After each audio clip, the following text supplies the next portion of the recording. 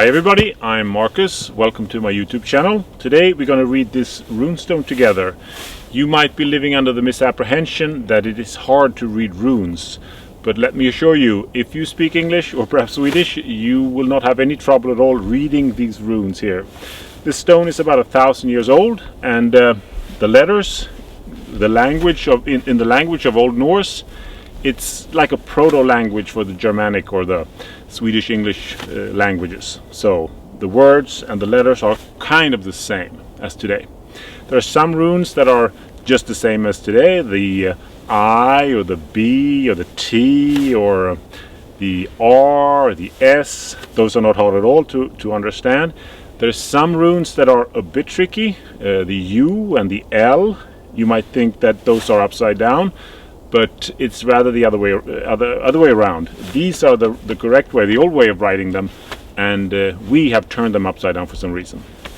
There are some runes that are hard to guess, but when you read these words you will understand that those are the correct runes, and you just have to learn them. The A and the N. There is the mother rune, or the letter like this with a man holding up his arm, the algis. Or the R, that is the other way around, upside down, and also the H, a bar with a cross. That's part of the Bluetooth logo for Harald Bluetooth. So let's get started. It features two snakes and an extra snake head here in the middle, someplace here. But the first snake, it starts at the bottom, and that's where the rune starts. And it says ULF KITIL. It means Ulf Kittel, and Ulf is of course wolf, and Kittel means kettle, as in English, and this refers to a helmet. Either Mr. Ulf Kittel had a helmet as a wolf, shape of a wolf's head, or maybe he was like a wolf wearing a helmet. Who knows? Kind of cool name. It keeps going. It says UK, meaning och in Swedish, or and in English, and then the next name here is KUI or GUI, meaning Gui, which is a woman's name. And then we keep going. It says, reading upside down, it says UK again, meaning and then it says UNI, Uni, another woman's name. So what about these three people, Ulf Kittel, Gui, and Uni? It says DIR, their, or them in English, in modern day English. And the next word is LITU, modern Swedish, or sort of modern Swedish, letu. They had something done, the same word as in please let me do something. And the next word is RAISI, Raisa. It means raising something, of course to stone, because the next word is STIN, Stein. And the next word, DINA, Dina, meaning this one, this specific stone. So what about it? It keeps on reading IFTIR, meaning ifter, or after in English, of course.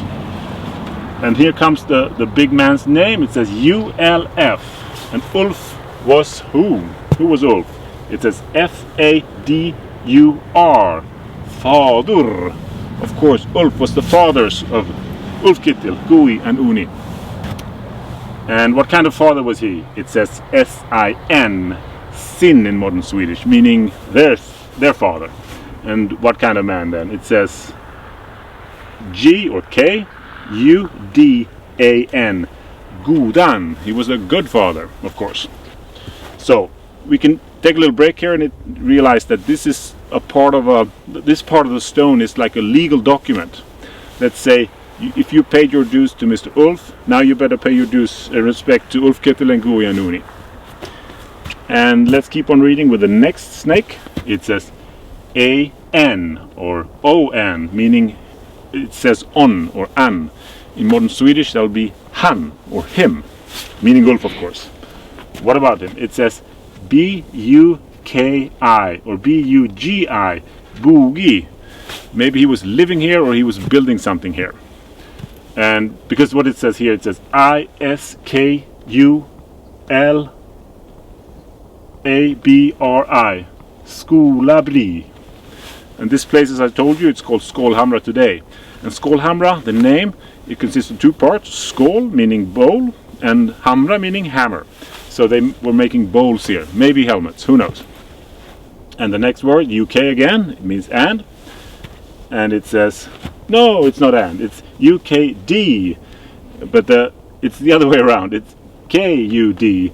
And the K carries the value G here. So GUD meaning God. Some God.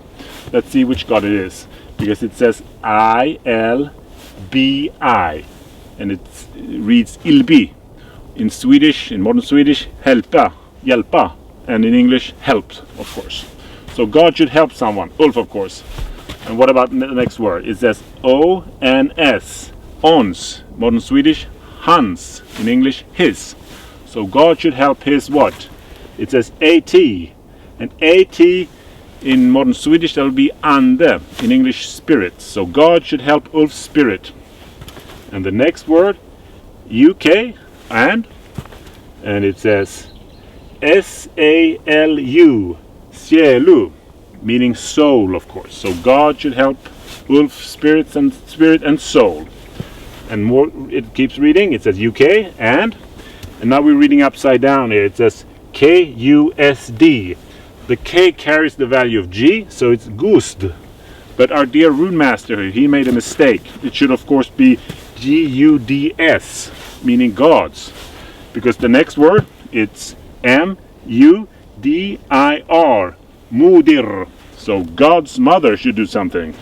And what does Ulf Ketil Gujanuni wants godmother to do with Ulf? It says Li. And Li in Swedish will be ge or give. It says ANUM. Anum. And in Swedish honom and in English him. It says LUS. In Swedish, use, or in English, light. So God's mother should give Ulf light. And the next word is loose. And it says UK, it means and. And the last word, it is BARATIS, paradis, or paradise. So these guys, they were some kind of proto-Catholics. And you can see the top cross here. It's definitely a Christian reference. So that's all.